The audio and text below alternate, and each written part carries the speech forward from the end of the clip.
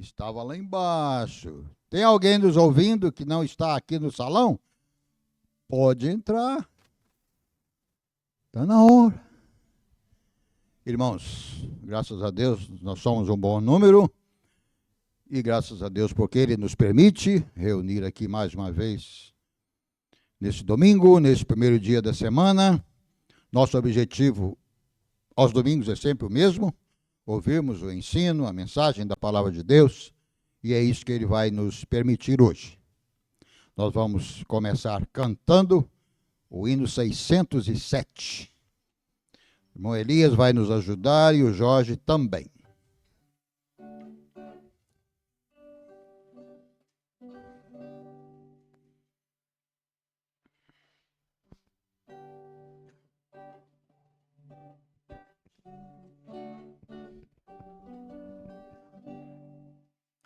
A Deus seja a glória por seu grande amor, pois deu-nos seu Filho, Jesus Salvador, o qual pelos homens na cruz padeceu e abriu-lhes a porta de entrada no céu. Exultai, exultai, vós os filhos de Deus. Exultai, exultai, todos vós que sois seus. Ó, vinde a presença de Deus, vosso Pai, e em nome de Cristo Jesus adorai. Graça infinita do Filho de Deus ao mundo descendo da glória dos céus, a fim de remir-nos com sangue na cruz e assim transportar-nos ao reino da luz. Exultai, exultai, vós os filhos de Deus. Exultai, exultai, todos vós que sois seus. Ó, vinde a presença de Deus, vosso Pai, e em nome de Cristo Jesus adorai. Oh, quanto devemos ao nosso Senhor por todas as bênçãos do seu grande amor e pelas promessas que vamos gozar, mais bênçãos eternas em seu santo lar. Exultai, exultai, vós os filhos de Deus. Exultai, exultai, todos vós que sois seus. Ó, vinde a presença de Deus, vosso Pai, e em nome de Cristo Jesus adorai.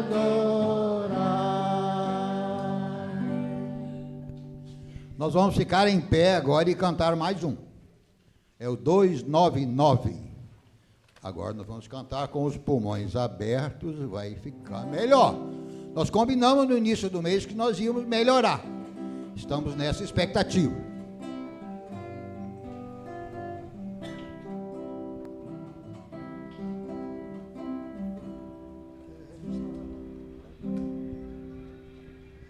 Quero Salvador comigo, sem Jesus não posso andar.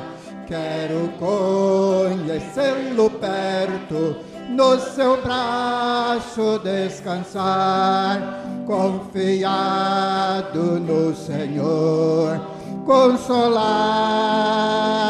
em seu amor. Seguirei no meu caminho, sem tristeza e sem temor. Quero o Salvador comigo, por ser fraca minha fé. Sua voz me dá conforto quando me vacila o pé. Confiado no Senhor, consolado em seu amor, seguirei no meu caminho, sem tristeza e sem temor. Quero o Salvador comigo, dia a dia em meu viver, pela luz ou pelas sombras, no conflito e no prazer, confiado no Senhor, consolado em seu amor, seguirei no meu caminho, sem tristeza e sem temor. Quero o Salvador comigo, sábio guia e bom pastor, até passar além da morte, longe do perigo e dor, confiado no Senhor, consolado em seu amor, seguirei no meu caminho, sem tristeza e sem temor. É certo que o Senhor ficou satisfeito com essa nossa voz bem solta hoje. Foi muito gostoso. Irmãos, eu quero convidar primeiro o irmão Nivaldo para vir aqui na frente. Ele nem sabe para quê ainda. Mas eu vou convidar ele para vir aqui. Agora eu vou convidar a Du, a Bia, o Jorge,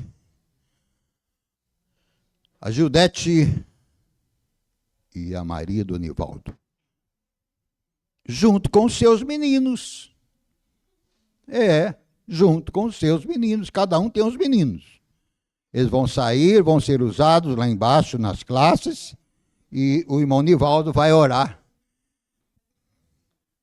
agradecendo por esses meninos, por esses irmãos que vão ser usados, e já pedindo a bênção de Deus pelo Bruno, que já vai vir aqui para frente também. O Nivaldo já vai orar por esses assuntos todos. A cabecinha dele é boa, ele vai lembrar de tudo. Deus o abençoe. Pai, obrigado porque nós somos consolados pelo teu amor. Que bondade do Senhor, que misericórdia manifestar o seu amor. Isso traz consolo para o nosso coração. E, ó Pai, agora queremos ouvir a tua palavra, queremos, ó Deus, abrir o teu livro santo para meditar e ser instruído na tua palavra. Nós oramos, ó Pai, para que o Senhor fale ao nosso coração, mediante a leitura e exposição da tua palavra. Toma, ó Pai, essas crianças, adolescentes que estão aqui à frente, em tuas mãos. Faça, ó Deus, uma obra na vida deles, de forma tal, Deus, que eles sejam alcançados por esse amor e venham crer, todos eles crer no Senhor Jesus Cristo. Te damos graça por aqueles que já manifestaram a sua fé, que estão seguros, ó Pai, andando consolados no amor do Senhor. Ó Pai, se há algum ainda que não tem reconhecido o seu pecado, que ainda não tem crido verdadeiramente em Cristo Jesus, que o Senhor, mediante a ação do teu Espírito Santo, possa convencer esse de pecado e que eles tenha o seu coração, a mente aberta para crer em Jesus Cristo. Toma, ó Pai, em tuas mãos essas crianças e adolescentes. E também, ó Pai, nós, adultos, vamos ficar aqui nessa sala, que o Senhor também nos abençoe, que traga, Deus, uma mensagem vinda direta do Senhor mesmo, mediante a tua palavra, para a nossa vida, para a nossa edificação, para o consolo do nosso coração. Nós oramos pelos professores, todos, ó Pai, que estão imbuídos nessa responsabilidade, o Bruno, com a classe aqui, o Jorge, a Du, a Bia, Gildete, minha esposa. O Senhor também abençoe a cada um, Pai, para que eles sejam ricamente instrumentos do Senhor, para transmitir com fidelidade e autoridade espiritual a tua palavra. Nós assim suplicamos a tua bênção sobre a vida dos teus servos e o ministério deles hoje à noite. Teu servo Adilon, como responsável pela condução desta reunião, que o Senhor também abençoe e guie o teu servo como um instrumento para nos edificar e conduzir esta reunião em nome de Cristo Jesus e para a glória de nosso Salvador. Amém. Estão liberados, podem descer para suas salas junto com os seus professores.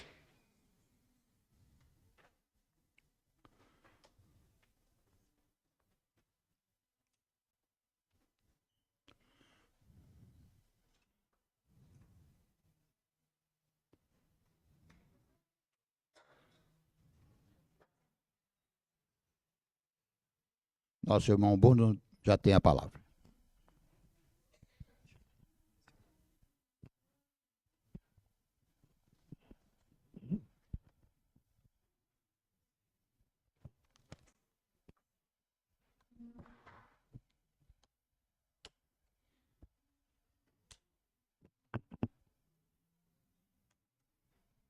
Boa noite.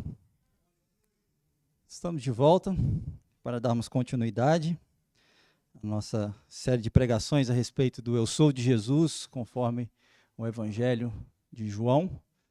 Vimos no primeiro domingo a nossa maior necessidade, quando Jesus diz que eu sou o pão da vida, e nós colocarmos nele realmente todo o nosso desejo, o desejo do nosso coração, tendo Cristo como o alimento principal que nós devemos obter na nossa vida, através da salvação nele e também nutrindo através dele depois de uma vida transformada através do Evangelho.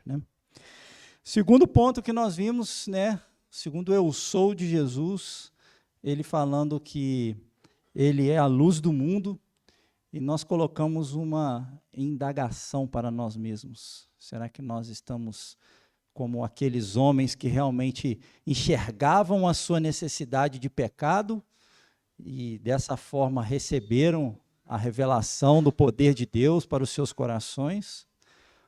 Ou nós ainda estamos com aquela visão como os fariseus que acham que não tem nada que melhorar na sua vida e dessa forma desprezam a salvação em Deus e também desprezam o ensino da palavra de Deus, achando que já são autossuficientes, Terceiro ponto, a quem nós temos dado ouvidos, e nós vimos no último domingo que nós estivemos juntos, abordando o eu sou de Jesus, eu sou a porta das ovelhas e eu sou o bom pastor. Jesus é aquele que nos conduz para a salvação, Jesus é aquele que cuida das nossas vidas. E hoje nós vamos continuar vendo mais declarações do Senhor Jesus a respeito do eu sou, conforme o Evangelho de João. Mas antes de nós revelarmos, vocês já sabem, o eu sou de Jesus não é mistério para ninguém.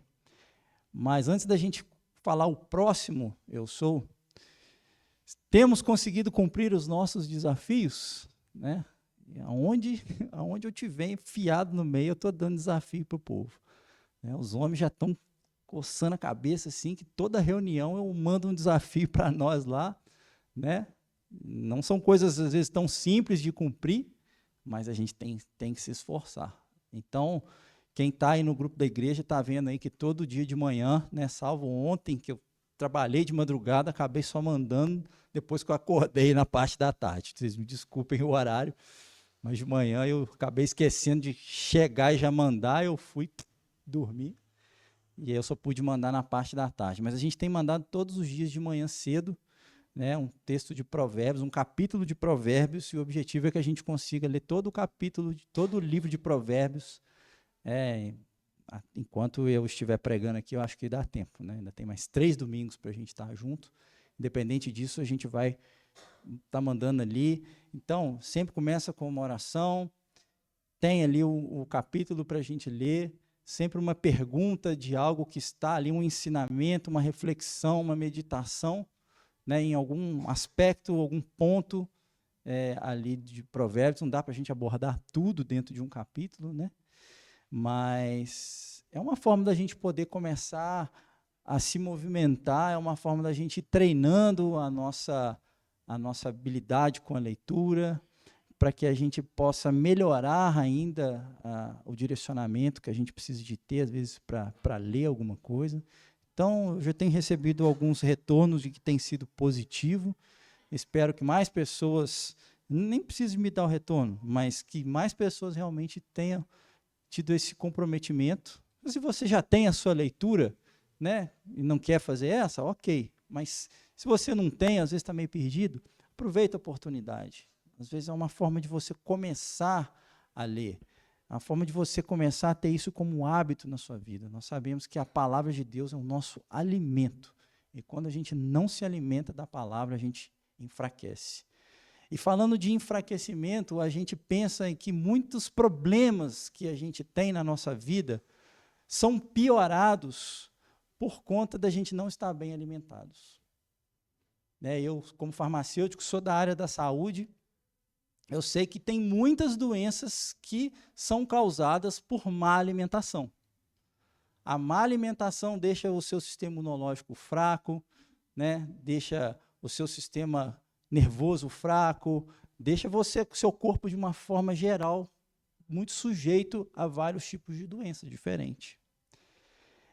E é muito notório quando a gente vê 2 pessoas diferentes pegando a mesma doença.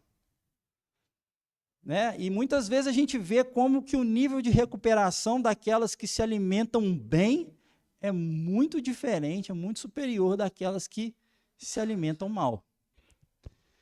Então, é importante demais a gente poder saber que tem muitas outras formas da gente poder estar evitando ficar doente quando a gente se alimenta bem.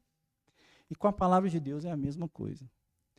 Eu sei que você pode estar passando por momentos difíceis na sua vida, né? Problemas de doença, problemas de desemprego, problemas para se manter no emprego, problemas de relacionamento, muitas vezes problemas conjugais, problemas com a sua família. Às vezes você está passando por um momento de luto, e a gente sabe que poucas coisas na vida nos perturbam mais do que o medo da morte, né? Às vezes mais de um ente querido do que da gente mesmo, né? Ou a própria nossa morte também nos causa perturbação. Mas quando a gente realmente está firmes na palavra de Deus, a gente passa a encarar os problemas de uma forma diferente. A palavra de Deus nos diz que é possível a gente não temer más notícias, porque a gente está firmado no Senhor. É possível a gente viver sem preocupação, né, sem angústia no nosso coração, né, de preocupar com algo, porque Deus está no controle, porque Deus está cuidando das coisas. É possível a gente estar doente e, às vezes, ter uma doença séria, grave, e mesmo assim encarar essa doença de uma forma diferente. É possível a gente perder um ente querido muito especial para nós e mesmo assim estar consolado em Deus de uma forma muito especial, como nada e nem ninguém nesse mundo pode nos dar, de conforto, de consolo, né? Essas situações são situações muito comuns na nossa vida. O medo do desemprego, o medo da falta de saúde, né? O pavor da morte iminente na vida de alguém ou na nossa própria vida mesmo é algo que muitas vezes nos causa perturbação. E muitas vezes, quando a gente se encontra numa situação dessa, e mesmo que a gente se lembre de Jesus, se nós não estivermos conectados com o Senhor Jesus, se a gente não estiver em comunhão com o Senhor Jesus, a gente passa a enxergar as coisas de uma forma muito mais difícil com que elas deveriam ser. A gente passa a enxergar o problema maior do que o problema realmente é. A gente, muitas vezes, limita o poder que Deus tem. Às vezes a gente até olha e fala, nossa, só Deus pode me livrar. E, de certa forma, a gente acaba lidando com o problema como se Deus não fosse capaz de realmente resolver aquilo da forma com que a gente falou no início do problema.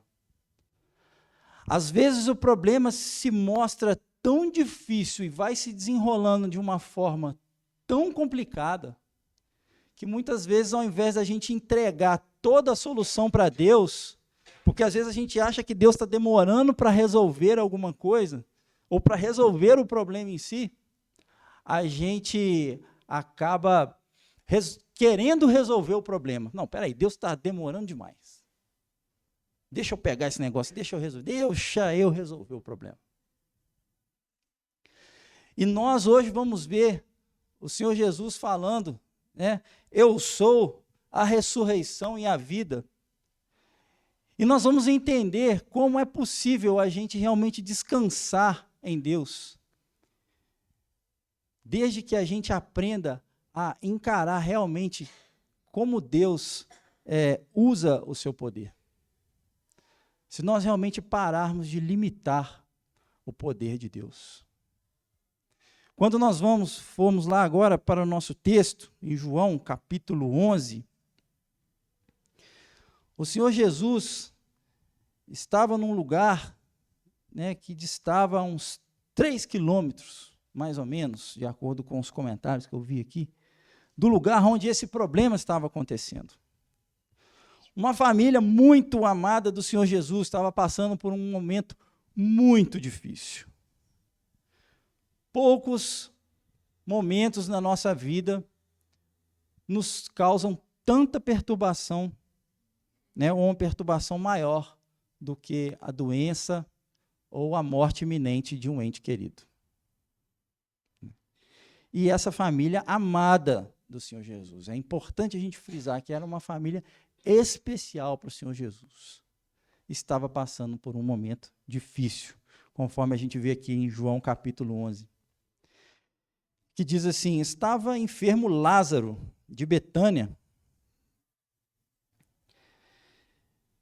da aldeia de Maria e de sua irmã Marta. Essa Maria, cujo irmão Lázaro estava enfermo, era a mesma que ungiu com bálsamo o Senhor e lhe enxugou os pés com os seus cabelos. Mandaram, pois, as irmãs de Lázaro dizer a Jesus, Senhor, está enfermo aquele quem amas. É muito interessante a gente ver como mulher é um bichinho danado. Elas são muito espertas. Porque ela já quis mandar um recado para o coração do Senhor Jesus para sensibilizar ele. Se fosse o Lázaro tivesse um irmão e ele tivesse mandado dar notícia, ele ia falar só, fala para Jesus lá que Lázaro está ruim, está doente. Aí o mensageiro ia chegar e falar, Senhor, o Lázaro tá ruim lá, mas a mulher não. A mulher mandou falar, fala para o Senhor Jesus que aquele a quem amas está doente. Para ir no coração. Né? Vocês são danadinhos. Mas funciona, viu? Continua assim. Ao receber a notícia, disse Jesus: está enferma, esta enfermidade não é para a morte, e sim para a glória de Deus, a fim de que o Filho de Deus seja por ela glorificado. Gente, vamos dar um pause aqui, mais um. A gente vai dar muitos. Mas nós precisamos entender isso, e precisamos aceitar e acreditar isso. Está escrito aqui: essa enfermidade não é para a morte, e sim para a glória de Deus, a fim de que o Filho de Deus seja por ela glorificado. Gente, a gente tem que parar de achar que todas as vezes que alguém está doente é punição de Deus. Que Deus é um sádico, né, mau, que gosta de ver a gente sofrendo. Não é. A gente sabe que tem algumas doenças que são consequência de pecado. E aí é bem feito para nós. Mas tem muitas outras que não são. E em todas essas, Deus será glorificado. Em todas. Nós precisamos nos lembrar disso. Até mesmo aquelas doenças que levam à morte. Deus é soberano e Deus será glorificado. Amém? Amém? Ufa. Ora, amava Jesus a Marta e a sua irmã e a Lázaro. Quando, pois, soube que Lázaro estava doente, ainda se demorou 2 dias no lugar onde estava. Depois disse aos seus discípulos: vamos outra vez para a Judéia. É mais uma paradinha aqui, ó. Nós temos a terrível mania de falar para Deus a hora que Ele deve agir para fazer as coisas. Nós não temos paciência com o agir de Deus. Para tudo. A gente já gostaria de falar assim: Senhor, me ajude para que meu carro possa funcionar. A gente já quer virar a chave e já sai andando. A gente já quer que, Senhor, me ajude a arrumar um emprego. Amém. A gente já quer que o telefone toque com alguém te oferecendo um emprego. A gente é muito imediatista. E às vezes a gente até se finge de compreensivo. Ó, vou dar aí, Senhor, uns 2 dias para o Senhor fazer a diferença aí. Se eu começar a agir. Se não, vai eu mesmo. A gente tem a terrível mania de realmente estipular um prazo para que Deus possa agir. E isso é um problema muito grande com a nossa fé. A nossa fé. A gente tem que crer que realmente Deus está no controle de todas as coisas, por mais que aos nossos olhos, por mais que pelo nosso tempo Ele demore. Ou por acaso a gente acha que Deus não escuta as nossas orações? Ou por acaso a gente acha que mesmo Deus ouvindo as nossas orações, Deus vai virar para você e falar assim: tá, o problema é seu, se vira. Ou vocês acham que Deus vai ver o nosso sofrimento e não vai se importar com ele? Não vai agir conforme Ele determina? Se a gente olha aqui, parece que o Senhor Jesus foi negligente com esse problema. E eu acho, tá? Não tem informação para isso. Mas eu acho que os discípulos, quando ouviram aquela notícia junto com o Senhor Jesus, né, até mesmo os mensageiros, devem ter se espantado pelo fato do Senhor Jesus. Não, nossa, ele está doente. Peraí, vamos lá, gente, larga tudo, é Lázaro, vamos lá. Não. Eles devem ter ficado assim, mas o que Jesus vai fazer? Que não, nem se importou. O Senhor Jesus ainda ficou mais 2 dias depois de ter recebido aquela notícia. E olha que Lázaro era chegado do Senhor Jesus, era quem ele amava, né? Depois desse tempo, ele disse aos discípulos: vamos outra vez para a Judéia. Disseram-lhe os discípulos: mestre, ainda agora os judeus procuravam apedrejar-te. Lembra lá na confusão lá do Jesus, o bom pastor, e o tempo fechou ali no final, o Senhor Jesus defendendo a sua missão, sendo interrogado, eles queriam tacar pedra no Senhor Jesus, mas mais uma vez ele se livrou das mãos deles, porque ainda não era chegada a sua hora, né? Depois ele quer retornar para lá, para a Judéia, e os discípulos falam: mestre, não tem cabimento, a gente quase saiu morto de lá, e você vai voltar? E aí o Senhor Jesus responde, né? Versículo 9: não são 12 as horas do dia? Se alguém andar de dia, não tropeça, porque vê a luz deste mundo. Mas se andar de noite, tropeça, porque nele não há luz. Né? Ou seja, o Senhor Jesus Cristo sabia que ele podia voltar, porque o tempo de Deus ainda não estava determinado para que ele morresse daquela forma. Então ele podia voltar. Ele sabia que podia voltar, né? Em versículo 11 ele diz: isso dizia e depois acrescentou: nosso amigo Lázaro adormeceu, mas vou para despertá-lo. E é interessante como o Senhor Jesus, quando falava as coisas com o discípulo, eles tinham sempre a interpretação mais literal possível daquilo que o Senhor Jesus estava falando. E nós, para podermos entender, né, os evangelhos e principalmente as falas do Senhor Jesus, a gente tem que levantar o versículo, como dizia aí o nosso irmão aí, né? O objetivo do Senhor Jesus é sempre o nosso coração, é sempre o reino dele, a obra dele. Então, toda vez que eu leio o evangelho, eu tenho que ler com muita atenção, porque nem sempre é tão óbvio assim, apesar de não ser tão difícil aquilo também que ele quer dizer, né? Outras vezes é. Mas nesse caso aqui, o Senhor Jesus falou e eles achavam que ele estava falando a respeito do sono mesmo. Versículo 12, ele diz: disseram-lhe, pois, os discípulos: Senhor, se dorme, estará salvo. Jesus, porém, lhe falaram com respeito à morte de Lázaro, mas eles supunham que estivesse falando do repouso do sono. Então Jesus lhes disse claramente, aqui, gente, Lázaro morreu. Não tem dúvida, né? Lázaro morreu. E é interessante que aqui ele já mostra a sua onisciência. Ele já sabia disso. E nós vamos ver um pouco mais para frente que quando o Senhor Jesus volta, né, e se encontra com eles, pelo tempo aqui, quando os mensageiros acabam de sair para levar a mensagem para o Senhor Jesus, Lázaro morre.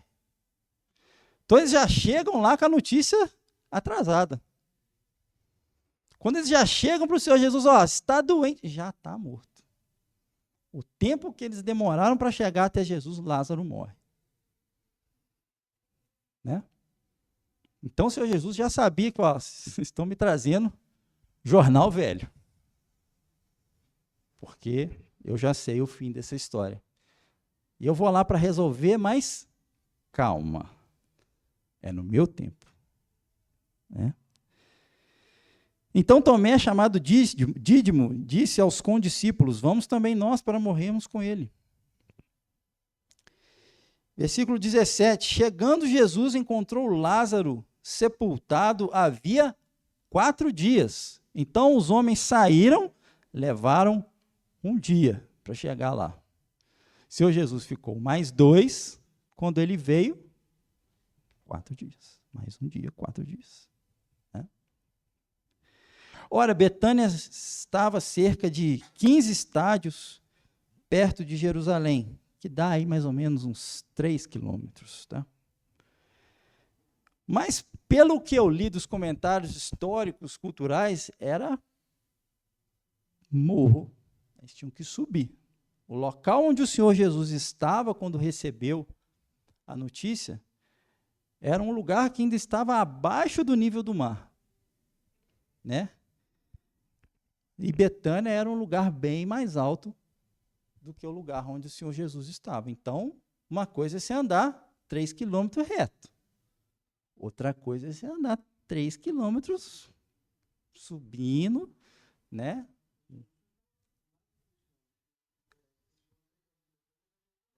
Isso. Ele estava em Betânia, né? Não, ele estava fora ainda de Betânia, né? Fora de Jerusalém. Então, dava bastante tempo, né? Dava 30 quilômetros, da onde o Senhor Jesus Cristo estava até onde Lázaro estava, né? Então, dava uma distância considerável, como se fosse daqui a Bicas, mais ou menos, só para a gente ter uma ideia, é chão, né? Então, o tempo que eles demoraram para chegar de lá aqui, né? E mais o tempo que o Senhor Jesus demorou, 2 dias, mais o tempo que o Senhor Jesus ficou esperando, 4 dias, né? Pois bem, chegando lá, Betânia estava, né, muitos dentre os judeus tinham vindo ter com Marta e Maria para as consolar a respeito de seu irmão, né? Então, era muito comum na época, né, era praticamente um dever dos judeus, conhecido das pessoas que perdiam seus entes queridos, irem até a casa dos enlutados para lá lamentar e chorar com eles, e esse processo durava cerca de 1 semana, mais ou menos, né? E principalmente no primeiro dia, as refeições daquele dia era sempre feita pelas pessoas que chegavam ali, né, para poder ajudar as pessoas ali, né? E as pessoas ficavam aí enlutadas ali por volta de uns 7 dias, sempre sentadas no chão, se lamentando, né? Ou seja, tem o tempo de lamento, né? E não está errado a gente lamentar, não, desde que a gente continue confiando que Deus está no controle de tudo.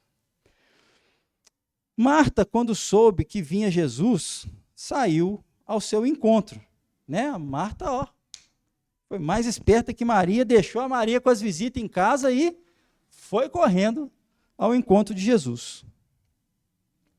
Disse, pois, Marta a Jesus: Senhor, se estiveras aqui, não teria morrido meu irmão.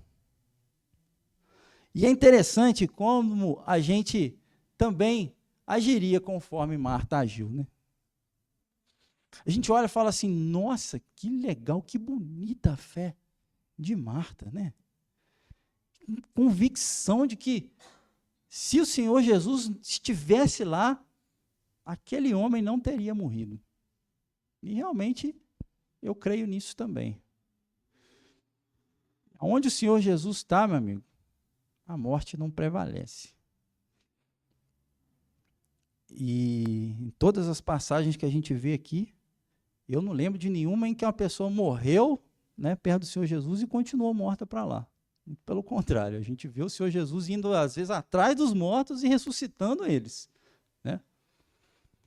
Mas, no caso aqui de Lázaro, né, de Marta, no caso, quando ela fala com o Senhor Jesus, ela está demonstrando uma fé no Senhor Jesus, mas uma fé limitada. Se a gente parar para pensar, ela estava demonstrando uma fé que tinha uma certa limitação. Meu irmão não teria morrido se o Senhor estivesse aqui. Então, como o Senhor não estava aqui, ele acabou morrendo, porque não teria outra forma de o Senhor evitar isso, não estando aqui. E às vezes a gente acaba fazendo a mesma coisa. Ah, Senhor, se o Senhor tivesse intervindo, se o Senhor, esse problema não teria acontecido, né? Mas Marta continua: mas também sei que mesmo agora, tudo quanto pedires a Deus, Deus te concederá. Ou seja, eu sei que só pode transformar essa situação de alguma forma. Então não dá para saber se Maria cria, de que Marta, né, estava declarando aqui, que crê que o Senhor Jesus vai ressuscitar Lázaro imediatamente, não deixa claro para nós isso aqui, mas a princípio não. Porque logo em seguida ela declara assim, né? Declarou Jesus: teu irmão há de ressurgir. E aí Marta responde: eu sei que ele há de de ressurgir na ressurreição do último dia. Isso é uma verdade. Todos aqueles que creem no Senhor Jesus como seu Salvador um dia hão de ressurgir no último dia, quando o Senhor Jesus Cristo vier para julgar as nações, né? Nosso corpo será transformado, glorificado, né? Mas o Senhor Jesus continua, disse-lhe Jesus, eu sou a ressurreição e a vida. Quem crê em mim, ainda que morra, viverá, ou seja, quem crê no Senhor Jesus como seu Salvador, ainda que morra fisicamente, estará eternamente vivo com Ele, em glória para sempre. Isso é uma verdade absoluta. Mas o Senhor Jesus Cristo ainda estava querendo provocar algo a mais ainda nessa situação. E todo o que crê em mim não morrerá eternamente. Ele estava continuando a manifestar essa sentença de crer nele, né, para a salvação eterna, para ressurgir no último dia. Mas ele faz uma pergunta para Marta, você crê nisso, Marta? Creio. Sim, Senhor, respondeu ela, eu tenho crido que tu és o Cristo, o Filho de Deus, que devia vir ao mundo. Parece que para Jesus aqui era só essa respostinha que ele precisava para manifestar a glória de Deus ali, né? Era assim, o que ele queria ouvir dela para dar o início de tudo aquilo que ele iria fazer. Porque mesmo que Marta não entendesse aquilo que o Senhor Jesus faria, ela cria que ele era o Filho de Deus. Isso basta. Isso bastou para o Senhor Jesus.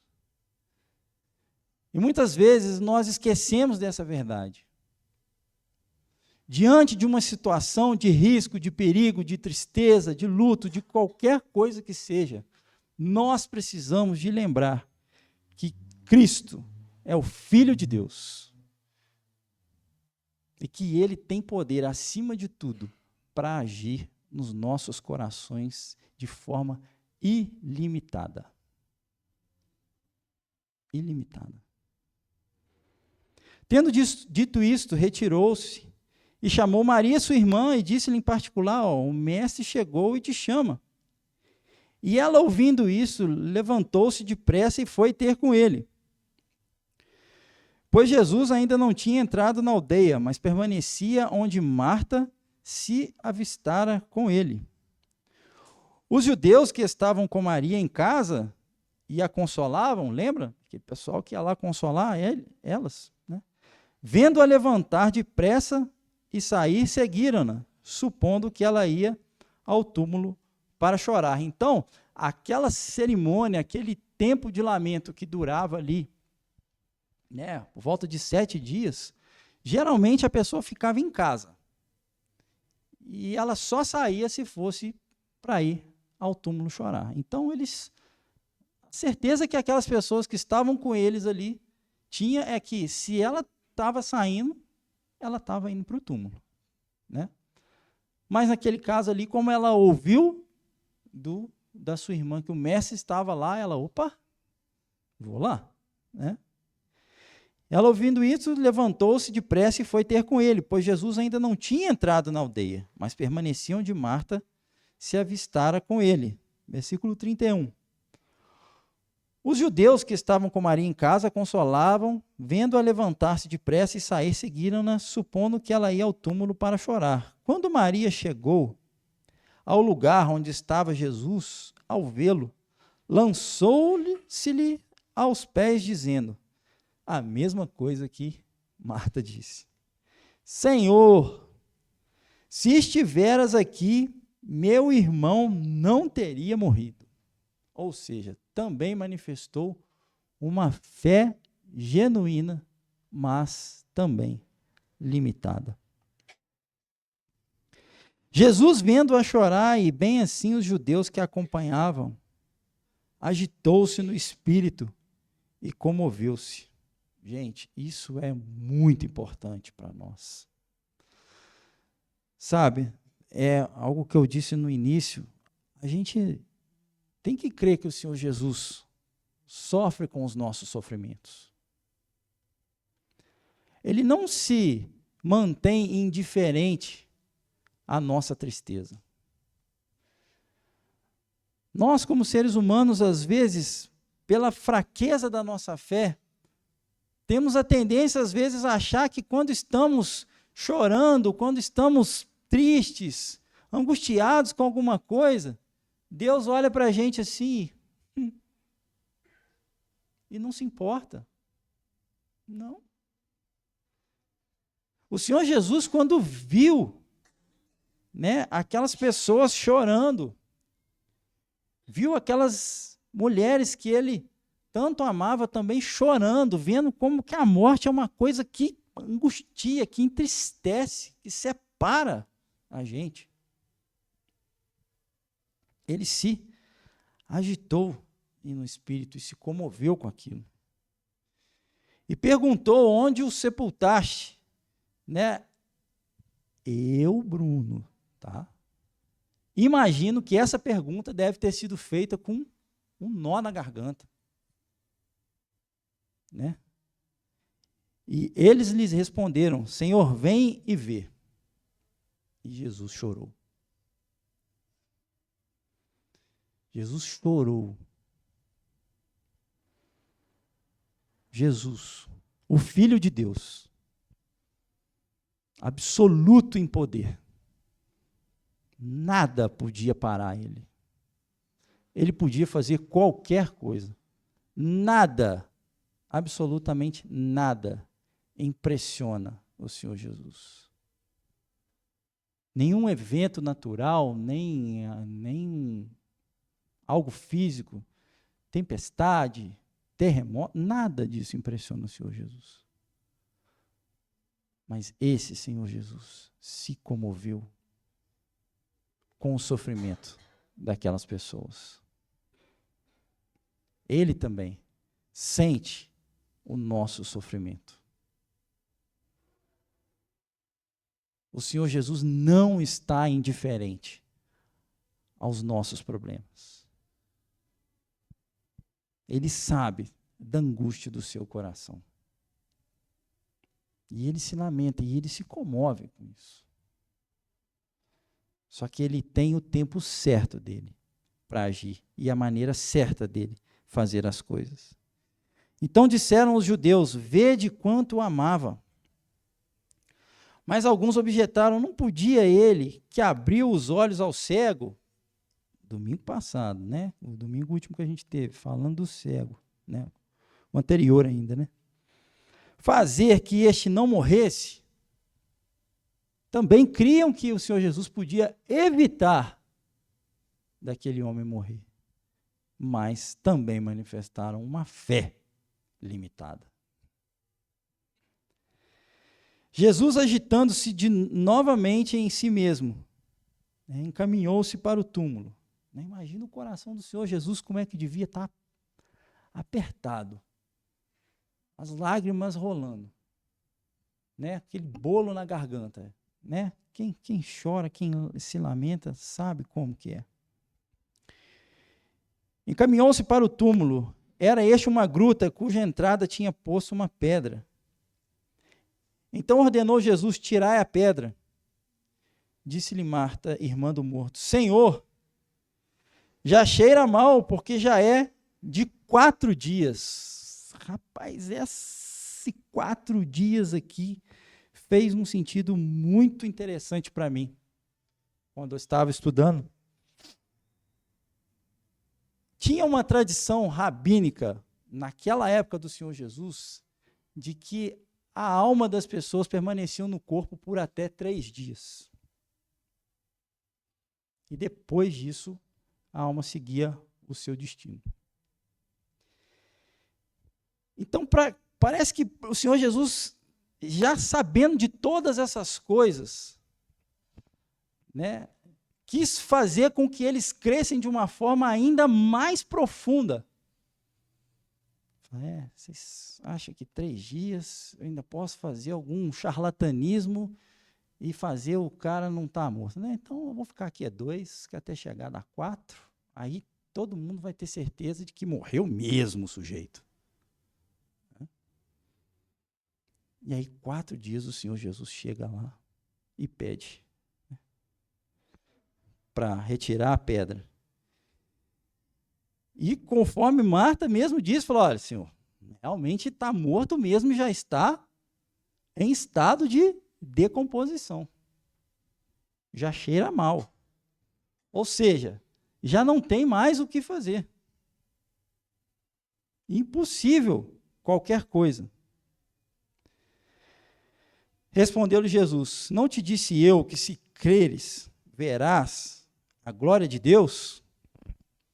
Neste caso, era o que Jesus queria fazer, manifestar a glória de Deus dessa forma. Tiraram então a pedra.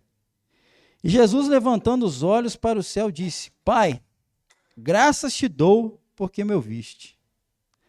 Aliás, eu sabia que sempre me ouves, mas assim falei por causa da multidão presente, para que creiam que tu me enviaste. O Senhor Jesus estava sendo assim, o mais explícito possível. Gente, olha só, é Deus que me enviou, vocês vão ver que eu vou fazer aqui agora. Já multipliquei pão e vocês não creram, já curei cego e vocês não creram. Olha só, estou falando com Deus o que nós vamos fazer agora e espero que creiam, né? E tendo dito isso, clamou em alta voz, Lázaro, vem para fora.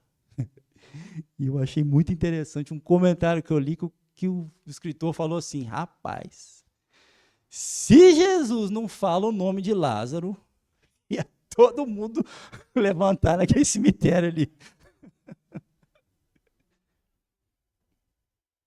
O tamanho do poder de Jesus é absurdo. Que Jesus teve que direcionar.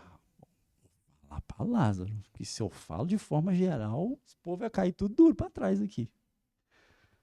E aí Jesus foi bem preciso. Lázaro, vem para fora. E saiu aquele que estivera morto, tendo os pés e as mãos ligados com ataduras, e o rosto envolto num lenço. Então lhes ordenou Jesus, desatai-o e deixai-o ir. E é interessante a gente ver que o Senhor Jesus não vai lá desatar, fala, vocês vão fazer isso. Vocês vão chegar perto daquele que vocês achavam que estava apodrecendo. Vocês vão encostar a mão nas faixas dele e vão ver se ele não tem calor. Vocês vão ver que tem batimento cardíaco, que ele está respirando. Vocês vão ver que ele vai estar ali resmungando, porque está apertado. Porque ele não precisa de estar assim mais. Porque eu ressuscitei ele na frente de vocês, como disse que faria. Muitos, pois, dentre os judeus que tinham vindo visitar Marta, vendo o que fizera Jesus, creram nele. Para muitos, aquilo ali foi suficiente para falar, não tem jeito de alguém fazer uma coisa se não for pelo poder de Deus, se não for enviado por Deus, não tem jeito. Mas mesmo assim, ainda tem outros, porém, versículo 46, foram ter com os fariseus e lhes contaram dos feitos que Jesus realizaram, e depois a gente vê pessoas tentando abafar o que o Senhor Jesus fez. Tiveram que proteger a vida de Lázaro depois de ressuscitado, para que as pessoas não crescem, continuassem crendo no Senhor Jesus. Tamanha a cegueira espiritual daqueles homens. E nós?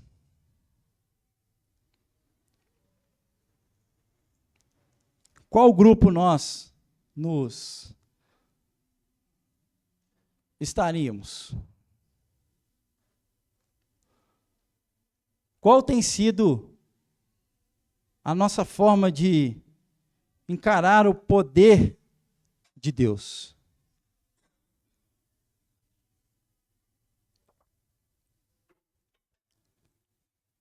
Como será que eu tenho enxergado as minhas dificuldades diante da presença de Deus? Será que eu tenho tentado resolver as coisas do meu jeito? Será que realmente eu tenho colocado limite para as coisas de Deus? Aqui nós temos uma breve e bem simples ilustração do... O que está escrito? Poder de Deus. Muitas vezes, nós imaginamos o poder de Deus mais ou menos dessa forma. A gente acha que é um poder realmente grande, né? Se comparado às outras coisas comuns da vida. A gente acha que o poder de Deus às vezes impressiona. É um balãozão caprichado, né? E a gente imagina que esse poder aqui pode fazer muitas coisas. Coisas que poucas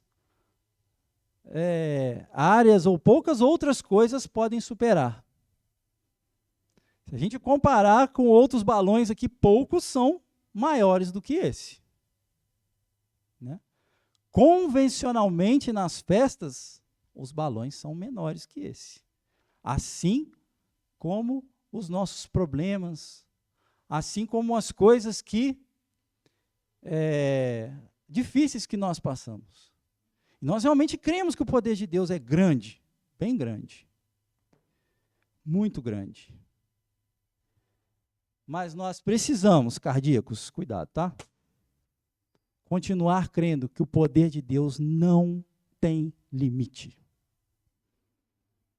Por maior que ele seja, ele é ilimitado. Eu não posso determinar o poder de Deus. O poder estava lá dentro. O poder está lá dentro, muitas vezes, do nosso coração. E, às vezes, ele é bem grande. Mas basta a gente passar por uma situação que a gente... O poder de Deus vai só até aqui.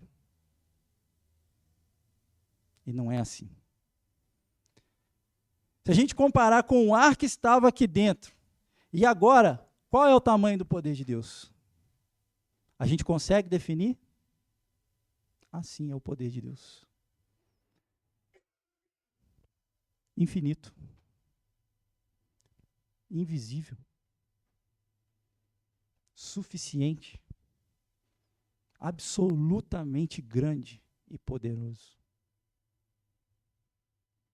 E esse Jesus que diz, eu sou a ressurreição e a vida, que tem poder para livrar o pecador do inferno, pode fazer qualquer coisa. Qualquer coisa. O poder de Deus é absurdamente ilimitado. Ele tem poder para te livrar do inferno, querido. O Senhor Jesus tem dado ao longo desses eu sou dele manifestação prática de tudo aquilo que ele faz, que ele prometeu que faz espiritualmente. O Senhor Jesus falou que era o pão da vida, que era alimento suficiente para todos,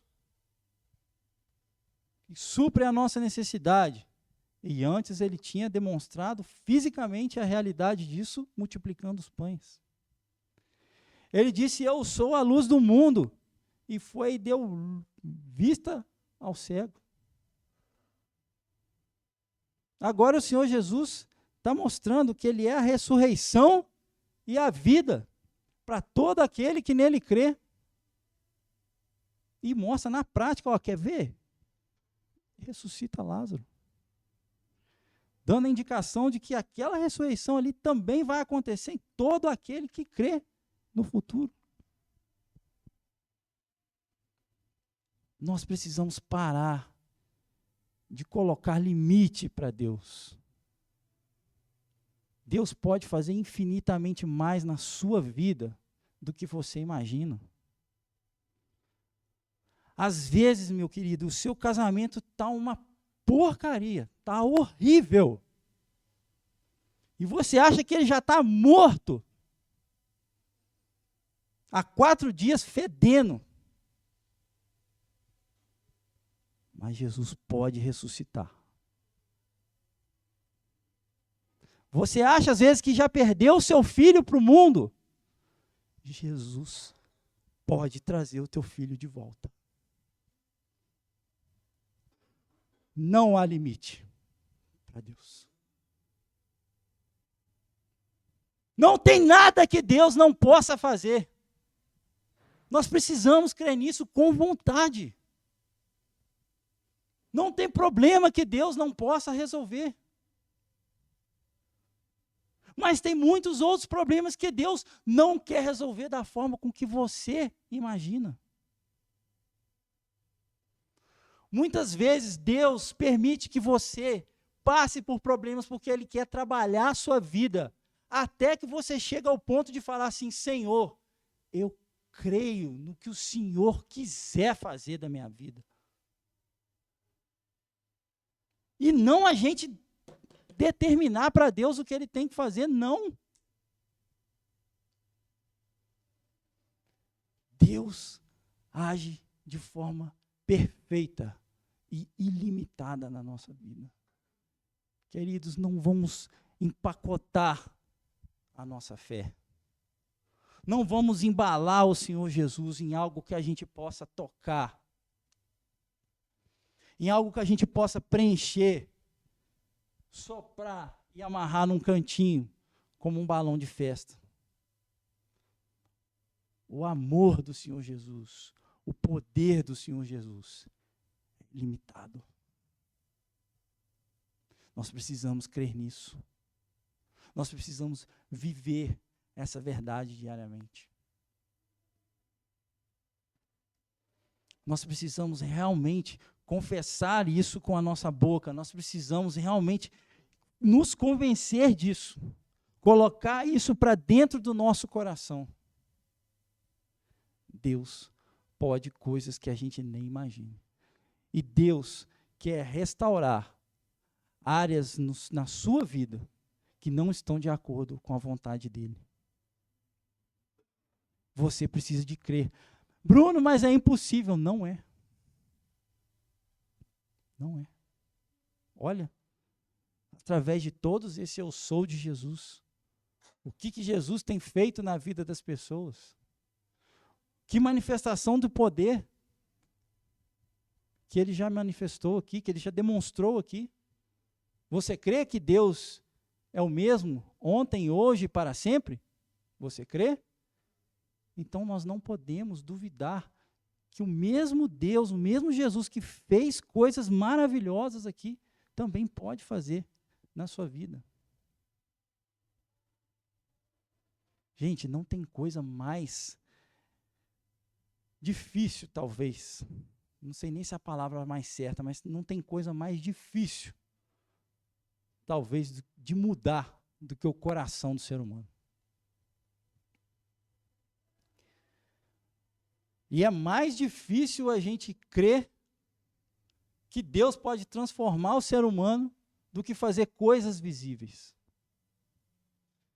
Por isso que eu acho que o Senhor Jesus fazia na prática aquilo que Ele estava falando que ia fazer dentro do coração, espiritualmente falando. Nós precisamos continuar crendo na suficiência do poder de Deus. no propósito de Deus para as nossas vidas. Deus quer salvar o pecador. Deus quer salvar você que não creu ainda no Senhor Jesus como seu Salvador. Mas para você que crê, que já creu no Senhor Jesus, Ele quer que você continue crendo. Que da mesma forma que Ele te resgatou lá do império das trevas, Ele continua querendo transformar o seu coração. Transformar o coração não é da noite para o dia. Transformar o coração requer você estar buscando a Deus constantemente. A gente se livrar do nosso egoísmo, do nosso egocentrismo, da nossa ganância, da nossa luxúria, da nossa lascívia, da nossa impureza de pensamentos, de coração, não é da noite para o dia. É só Jesus para operar um milagre constante no nosso coração, para nos transformar. E por mais difícil que seja você se livrar de determinados comportamentos pecaminosos, por mais difícil e aprisionador que seja o pecado que você carrega com você há tantos anos, Deus pode te livrar dele. Deus pode te livrar dele, porque não há limites. Não há limites. A única coisa que você precisa continuar fazendo é crer. O Senhor Jesus queria uma resposta de Marta. Marta, você crê? Creio, Senhor. Tu és o Cristo, o Filho de Deus, que devia vir ao mundo. Quando nós realmente carregarmos essa verdade viva diariamente na nossa vida, nós vamos realmente entender que o poder do Senhor Jesus é ilimitado para transformar qualquer situação difícil em nossa vida, nos dar o consolo para as nossas perdas, abençoar a gente nas nossas dificuldades, porque tudo é para a honra e glória de Deus. Amém? Que Deus realmente nos abençoe com essa palavra e que realmente a gente creia no poder ilimitado daquele que é a ressurreição e a vida. Deus nos abençoe, irmãos. Amém.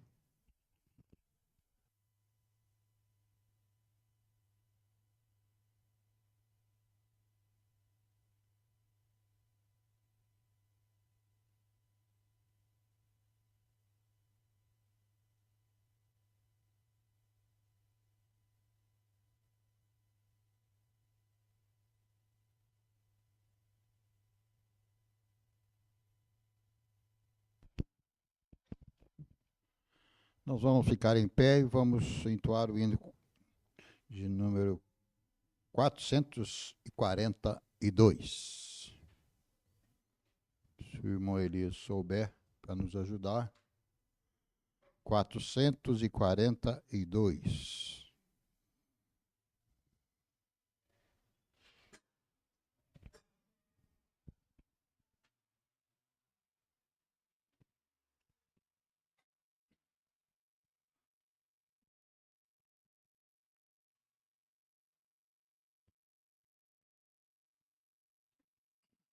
Um bom amigo e fiel achei, Jesus meu Salvador.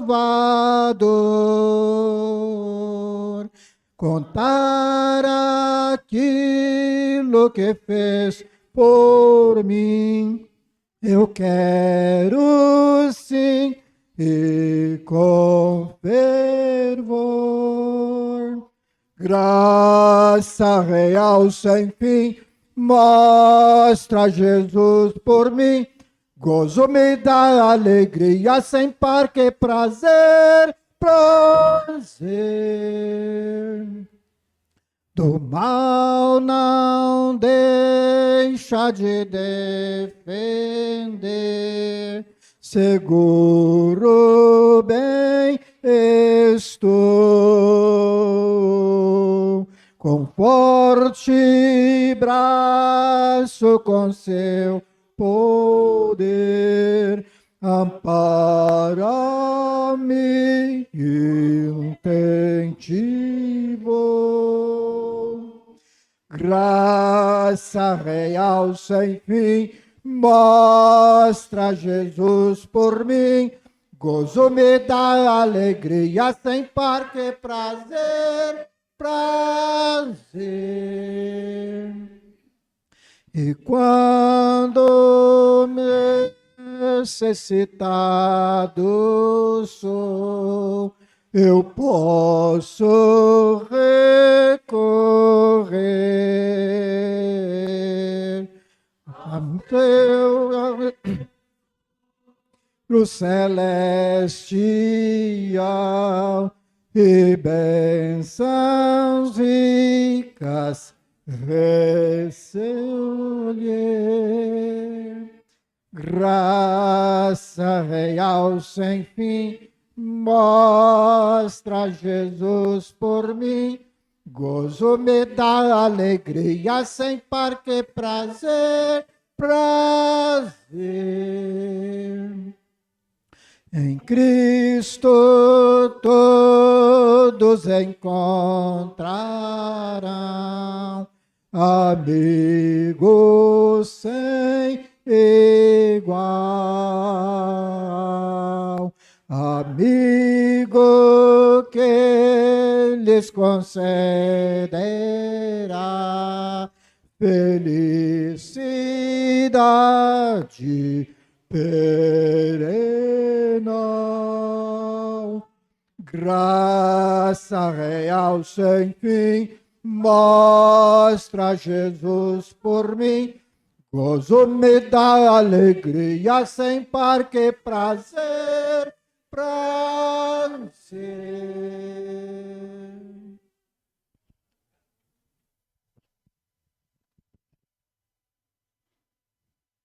Vamos orar? Nosso Deus e Pai, te damos graças por estes momentos tão preciosos na tua presença, na tua casa. Quando o Senhor nos despertou, nos falou a respeito daquilo que o Senhor pode fazer conosco, os teus filhos, mas que o Senhor deseja ainda entrar em corações que não te conhecem como nós. Nós somos despertados e ensinados nesta noite que nós devemos reconhecer a nossa necessidade de aceitar o Senhor. Permita, Senhor, que se tem pessoas entre nós que ainda não têm esta segurança na tua presença, pessoas que ainda não confessaram seus pecados, não reconheceram que necessitam desta salvação, ó Senhor, tenha misericórdia, permita que isso aconteça. Nós estamos orando, confiando no Senhor, confiando no teu poder. Não é na nossa palavra, no nosso gesto. Não é nosso poder, o poder é do Senhor. E o Senhor quer fazer esta obra em coração aqui esta noite. Abençoa, Senhor, nós te pedimos esta bênção. Se estamos chegando, Senhor, ao final desta reunião, que o Senhor nos abençoe também durante a semana, os compromissos que a tua igreja já acertou para esta semana, que o Senhor nos abençoe em tudo. Mas abençoe cada um de nós também nos nossos compromissos, no nosso dia a dia. Que o Senhor nos acompanhe, nos proteja e nos guarde.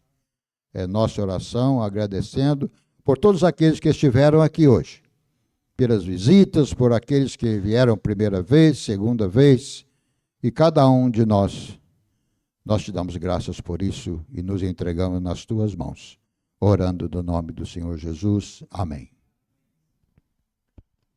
Chegamos ao final da nossa reunião, irmãos, mas nós vamos lembrar alguns compromissos que nós temos esta semana ainda, antes de nos separarmos. Amanhã não tem compromisso, mas na terça-feira nós temos. Nós vamos ter um encontro dos grupos de oração aqui na igreja. 7h30. Todos os grupos. 2 lembretes. O primeiro, cada grupo deve informar o irmão Neemias, que vai dirigir, quem vai falar sobre o seu grupo. Parece que ele só sabe de um grupo até agora. Então, aqueles que são líder, coloque para ele. Vai ser fulano que vai falar. Isso é bom para ele. E outra coisa, o lanche. A igreja, como sempre, fornece o refrigerante e cada grupo vai trazer o seu lanche. Nós vamos juntar ali embaixo e eu vou comer o lanche do grupo do centro. E o centro vai comer o lanche do grupo do Ronaldo. Vai ser assim.